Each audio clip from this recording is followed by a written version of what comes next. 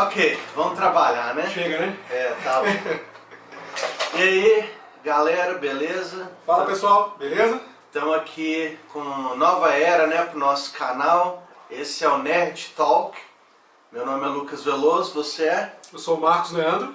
Bom demais. Hoje a gente vai falar de filme de terror. Tem muita coisa pra falar.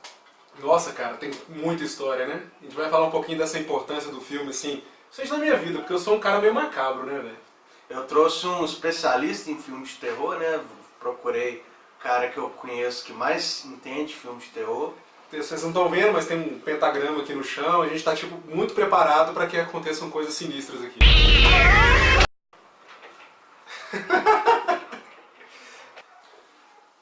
Bom, então, fala um pouco da sua história, cara, com o filme de terror, como é que foi, né? Por que você veio a gostar tanto de filme de terror? Fala um pouco. Ah, beleza, cara.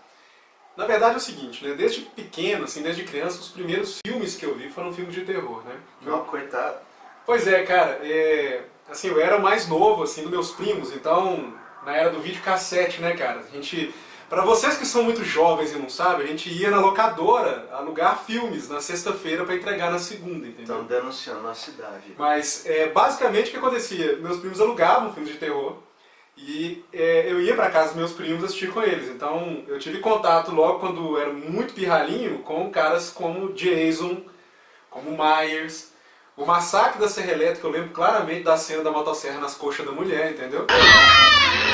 Então, assim, acho que começou ali, sabe, esse interesse pelos filmes de terror, né? Mas aí é claro que o tempo passou, eu perdi também o interesse, eu nem entendia o que estava acontecendo ali, né? Mas engraçado, cara, talvez nem você saiba disso. Eu acho que o meu retorno aos filmes, assim, de certa forma, foi no Estadual Central, cara. Meio que por intermédio de você. É mesmo? Naquele escambo de fita que rolava, saca? E eu lembro que... Gravava fita um pro outro, assim. eu acho que hoje já prescreveu o crime, a gente não tem mais risco de falar isso, né? É bom. Desculpa aí, Paramount, mas... então assim, eu lembro que uma das primeiras fitas foi, inclusive, o Pânico 1. Que você gravou pra mim, naquele esqueminha de gravar 3 filmes de 2 horas em uma fita só. Galera, era assim, velho. Você gravava 6 horas numa fita VHS, ficava uma bosta qualidade, mas o filme era muito bom. E aí, cara, eu acho que ali começou, né? Porque a gente começou a falar de filme e trocar ideia, e eu comecei a viajar, e eu assistia Pânico toda semana, né? Literalmente, eu assistia aquela fita, cara, toda semana, e foi voltando aquele interesse, aquela coisa. E eu lembro que lá no Estadual Central eu criei algo que talvez você lembre, que eu tinha feito a Bíblia do filme de terror, tá lembrado? Não, cara. Eu fiz uma agenda e eu comecei a imprimir, né, algumas cenas de filme, eu fui colando as cenas de filme na agenda. Não lembro disso. E eu ficava levando aquilo pro colégio e trocando ideia com a galera e mostrando as cenas, por exemplo, do Myers, do Massacre, do Exorcista, que é tipo muito foda. E aí voltou esse interesse pelos filmes, entendeu? Eu comecei a ver já adolescente mesmo. Quando eu era moleque eu ia na locadora lá, igual o Max, né, gente, é muito velho. Eu ia na locadora e eu via as capas, cara. Eu lembro que essas máscaras do Jason, principalmente, me impactou muito, né? Porque tava lá nas fitas e tinha uma que tinha uma faca enfiada nela, tinha outra, tá bom. Tinha outra que saiu umas luzinhas assim, aquilo me deixava muito impactado, né, cara?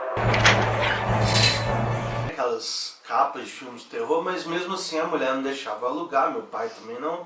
Então só fui descobrir isso mais tarde. E isso é interessante, porque quando eu fui finalmente ver o Jason, não achei graça, cara. Não me deu medo, não fez a menor diferença. Talvez eu devia ter visto naquela época, quando era moleque mesmo.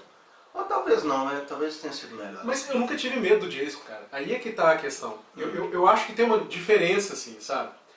Esses filmes ali, principalmente dessa época, né, dessa geração da década de 80, eles não são filmes pra gerar medo.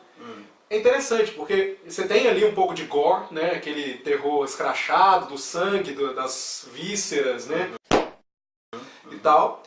Mas ao mesmo tempo, você pode ver que o próprio Jason, a forma como é construído o filme, é uma forma, de certa forma, cômica, assim. Até uma coisa até de humor. Depois virou uma né? piada, né? Eu acho que no começo era sério, mas depois da quinta continuação, aí virou piada.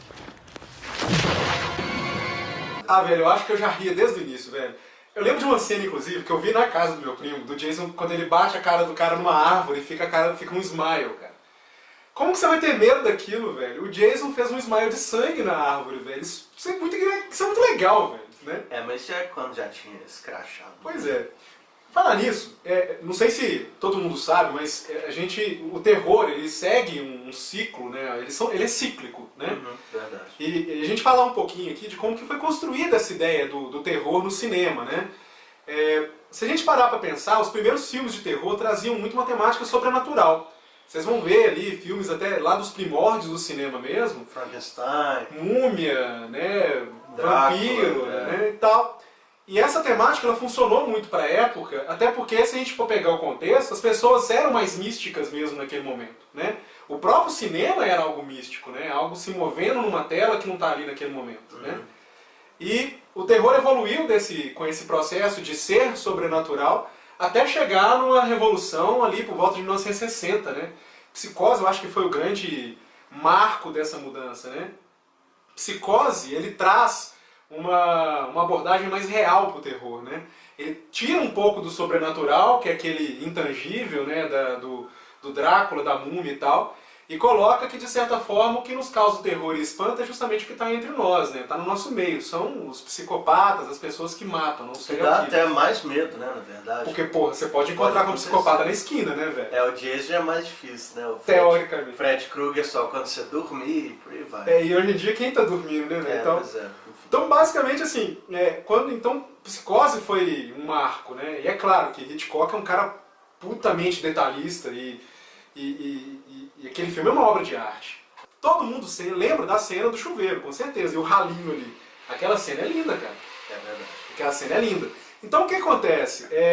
Aquele filme, ele trouxe um novo paradigma de que o que está entre nós é o que gera medo mesmo, né? E é interessante porque logo depois a gente volta mais uma vez para o sobrenatural, que é justamente essa época aí de 1980.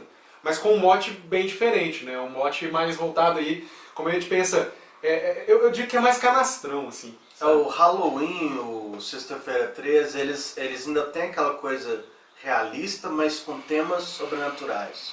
Você pega, e aí né? vem Hellraiser que já, né? Totalmente fora. Chuta o balde, chuta o balde, fora, né? já fica totalmente sobrenatural. Fred Krueger também. E é legal, você falou um tema que eu acho legal, porque as primeiras vezes, por exemplo, você começa a assistir por exemplo, o Myers, você vai vendo lá o Halloween. Você olha e fala assim, pô, esse cara, ele existe, ele tem poder sobrenatural ou ele é só um psicopata? Pô, o cara tava num sanatório, então não, ele é só um louco. Mas aí, não vamos dar spoiler, mas algo acontece ali, principalmente no final do filme, que você fala assim, peraí, calma aí. Esse cara ele sempre mata o cara, isso não é spoiler, né? Ele sempre mata. Velho, é spoiler, você vai falar que o cara morre no final? Cara. E ele sempre volta, isso não é spoiler nenhum. Galera, é spoiler, vocês não iam saber disso se não fosse o Lucas, a culpa é dele, velho. Tá? Você não tá pensando nas criancinhas que estão vendo o filme. Criancinhas não deveriam estar vendo esse filme. Deveria sim, a partir dos 4 anos de idade, o terror é saudável para a construção de uma pessoa normal como eu. Prossiga. Então, ali na década de 80 a gente entra nisso, né? É claro que a gente pulou aí um marco. Né? Um marco. Qual o filme mais foda de terror de todos os tempos pra você? É o Exorcista. Exorcista. Cara, aquele filme traz o level de cagaço ao máximo. Pra você ter uma ideia, meu pai conta que foi ver o Exorcista no cinema e ele fala que ele passou cagaço com o Exorcista, velho. Tem as histórias, né? Tem uma mulher que eles falam que abortou no cinema, teve toda gente cenário que pega desmaiando. fogo, Isso rolou mesmo, isso rolou mesmo. É tinhoso, filho. É tinhoso, filho. Não dá pra brincar com essas coisas. É o Nosferatu aparecendo ali na parada, Zé. Brincadeira, não. E assim, então assim, a gente tá pulando, né, o Exorcista, mas não deixem de ver, sério. Vocês não vão ter medo, hoje em dia o Exorcista não faz mais medo, a galera já vê coisa muito pior na Globo, nas novelas. Mas, sério, o Exorcista é lindo, é uma obra de arte também. Então assim, a gente tem essa mudança, essa volta pro sobrenatural, né? E aí, a gente chega mais ou menos na década de 90 e você tem um período de latência dos filmes de terror, né? Fica sem ter nenhum filme assim que você fala, porra, é muito foda, até o final da década de 90, quando a gente tem um retorno de novo pro serial killer. Com qual filme? Pânico. Pânico.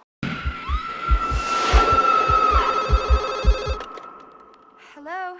Pânico era pra ser um deboche, tá na cara que aquele filme é muito debochado. A primeira cena da facada no peito, você já fala, velho, esse filme é um deboche. Mas é um deboche menor, ainda é um filme de terror, Ainda né? é um filme de terror. Deboche total ia vir com as paródias, né? Todo mundo em pânico, essas coisas. Aí chutaram o pau da barraca. Aí chutaram o... Pânico, ele é...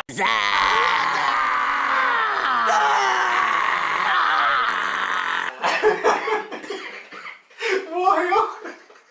O Pânico, ele é aquela crítica, ele é a sátira, né? Ele não é Exato. uma paródia ainda, É. tipo, é só brincando com a fórmula, mas ainda assim num filme de terror. Inclusive o primeiro Pânico é muito bom. É. Os outros talvez tenha diluído, mas o primeiro eu ainda acho que é um filmaço de terror. Não, o Pânico, ele faz referências. Hoje em dia tá muito na moda a gente falar, nossa, eu entendi a referência. Pânico tem muita referência aos Ele é filmes só clássicos. referência, ele é só referência. Tanto a frase clássica, né? Qual o seu filme de terror favorito? É um tema do né? filme, né? É o tema do filme, é justamente esse, né? Uhum. Então, assim, Pânico voltou com isso. Aí você tem filmes como Eu Sei o que Vocês Fizeram no Verão Passado.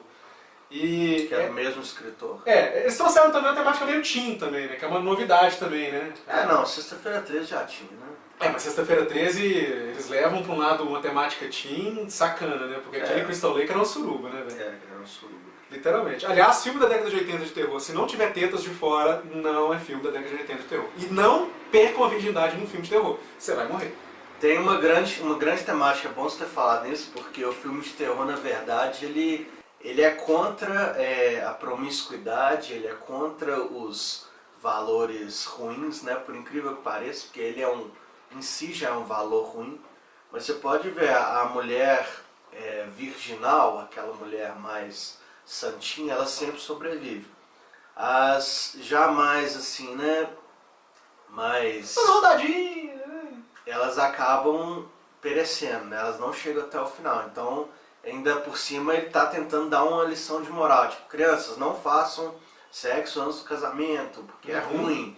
Jason vem te pegar. Então, assim, é uma coisa moralista, mas ao mesmo tempo é engraçado você ver esse tipo de... Logo, você que defende a tradicional família brasileira, mostre filmes do Jason pro seu filho.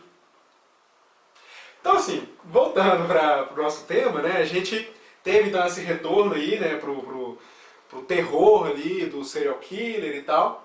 E depois a gente pegou ali, por mais ou menos nos anos 2000, ali, chegando já nos anos 2000, a gente começa a voltar de novo pro sobrenatural, né? Antes um pouquinho, 99, né, com Bruxa de Blair, a gente tem ali outro filme que pra mim é como fazer um puta filme sem grana. Literalmente, galera, quem não viu Bruxa de Blair, só um. Só existe um Bruxa de Blair. Só existe um, tá? Aquilo é um puta filme. Porque o Bruxa de Blair traz uma coisa que é muito legal, porque até então a gente vê os fantasmas, né? Você vê o Jason, você vê você não vê o demônio do exorcista, mas você vê a menina toda torta, subindo as escadas de costa, né? Descendo as escadas de costa, mas... Aí chega o Bruxa de Blair e o que acontece? Eles fazem um filme inteiro sem você ver a bruxa, cara. E isso é genial, porque você escuta a bruxa, você escuta... Não, primeiro que você nem sabe o que é a bruxa. Tem a Verdade. possibilidade de ser o cara lá, o tal do Rustin Park, eles falam que quem matou as criancinhas, mas pode ser o fantasma dele, pode ser várias coisas, a questão é que você não sabe. Na Isso verdade, que é você legal, continua né? sem saber até hoje, né? Porque eles não explicam isso, né? Então, assim, isso foi genial. Cara, posso fazer uma Muito bem referência? feito, cara, muito bem feito. Posso fazer uma referência? Por favor. Na boa, galera, tem gente que gosta, mas quem assistiu os Sinais, na hora que o filme tá indo foda, na hora que aparece o ET lá no fundo passando assim, velho, fudeu o filme pra mim. Não mostra a porra do ET, velho. Não mostra a porra do ET. ET de borracha ou digital não dá certo. Deixa eu imaginar o ET, velho. Cara, tem várias, sei lá, formas de fazer, né? O Spielberg, por exemplo, ele criou isso, inventou isso com o tubarão, né? Você não via o tubarão. Aham. Na verdade, porque o tubarão era uma porcaria, né? Ele não funcionava direito, então você Pior que o ET. não via o tubarão. Aí, mas de vez em quando, lá pro final, você vê um pouco, assim. Então, ele quer realmente te influenciar, ele quer te instigar a imaginar o negócio, você não quer realmente ver. E você vê isso em vários filmes Exato. depois, principalmente em Bruxa de Blair. E isso é genial. E aí a gente tem esse retorno, né, cara? Por exemplo, um filme pra mim que é foda, sensacional, Skeleton Key. Chave Mestra é um puta filme de terror, cara. Daquele psicológico, sobrenatural, mexe com toda aquela questão de magia negra, um culto meio africano, pessoal lá em New Orleans e tal. É foda. O filme é muito bem feito. E aquilo dá cagaço. É interessante, porque o sobrenatural deixou de dar medo e eles conseguiram trazer de novo o sobrenatural de forma que desse medo. Pô, fala sério. O Chamado. Chamado 1. Pô, Tenso. Samara saindo eu assisti sozinho aquele trem de madrugada dentro de casa, bicho. Cara, na cena do cara todo torto dentro do armário, bicho, o que é aquilo? Morto coração, velho. Aquilo ali é de... Aquilo ali é uma cena que assim, ela fica impressa na sua mente. Eu fecho o olho, eu consigo lembrar daquela cena. E isso não é qualquer filme que faz, não. Cara, assistam. Chamado 1 é um puta filme de terror, mas vai dar cagaço. Esse eu garanto que vai dar cagaço. Esse não envelheceu, não, bicho. Se você não viu, você vai passar cagaço com ele. E telefone tocar, você vai ficar com medo de morrer em 7 dias. Como que você compara, Marcos, essa coisa do filme antigo, filme novo? É claro que a linguagem mudou, a temática mudou, né? O contexto mudou. Mas tem aquela coisa da nostalgia e em comparação hoje tem efeitos melhores, mas como que você vê assim, o que pra você... Basicamente, existe como ter um bom filme de terror hoje em dia? Cara, sempre tem jeito, mas tá muito difícil. Eu acho que o último filme de terror bom mesmo, filme que gerou algum nível de incômodo em mim, foi o The Conjuring. Que teve o 2 agora no cinema e já me falaram que não é tão bom quanto o primeiro. Qual que é esse? É o... Qual é o nome dele em português? Não sei. É o The Conjuring. Então assim, o The Conjuring é um filme que te dá um cagaço, mas ele é um filme já, eu acho que deve ter 3 anos, se não me engano, sabe? Ele foi o último. Eu acho que hoje, na verdade, o pessoal está perdendo um pouco a noção do que é o terror. O terror não é um efeito especial fodástico, isso ajuda. Mas o terror não é eu ver um sofá voando, não é eu ver um demônio aparecendo aqui atrás, como a Entidade usa o tempo inteiro, o filme é a Entidade, aparecendo aquele cara dismórfico aqui atrás. Isso não é o terror. O terror é uma história. O terror é a construção de um clima que faz com que você se coloque na posição do protagonista e se sentindo angustiado com aquilo. De certa forma, o demônio é seu, saca? Quando você vê um bom filme de terror, como por exemplo Exorcista, o que está acontecendo ali é você se imaginando, falando, porra, se aconteceu a possessão com ela, pode acontecer comigo. Entendeu? Então assim, não tem muito como comparar. Eu acho que hoje a indústria está pedindo um padrão de filme, tem até teorias sobre isso, né, de como fazer um filme blockbuster, né? Que não se enquadra muito, não permite uma liberdade criativa, tanto para o diretor quanto para o roteirista e tal, para criar esse universo realmente do terror puro, né, o terror que te dê cagaço, entendeu? É claro que são filmes bons também, filmes divertidos, mas não um filme que vai, a maioria deles pelo menos, não vai te gerar, não vai ser lembrado daqui a 10 anos como um bom filme de terror. Exceções acontecem, The Conjuring, a gente teve A Bruxa de Blair antes dele, a gente teve Skeleton Key, ou seja, sempre vai surgir umas pérolas, mas elas serão pérolas, são raras de ser encontradas, sabe? Sei, entendi.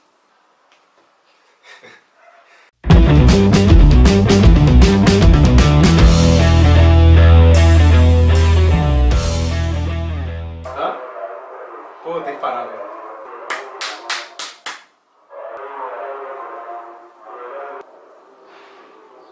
Quanto que tá a batata que ele falou?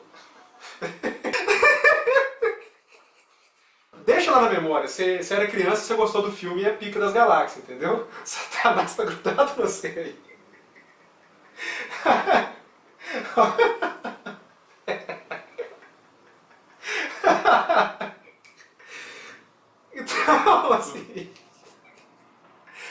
Então assim, eu acho que os caras não tem muito como fazer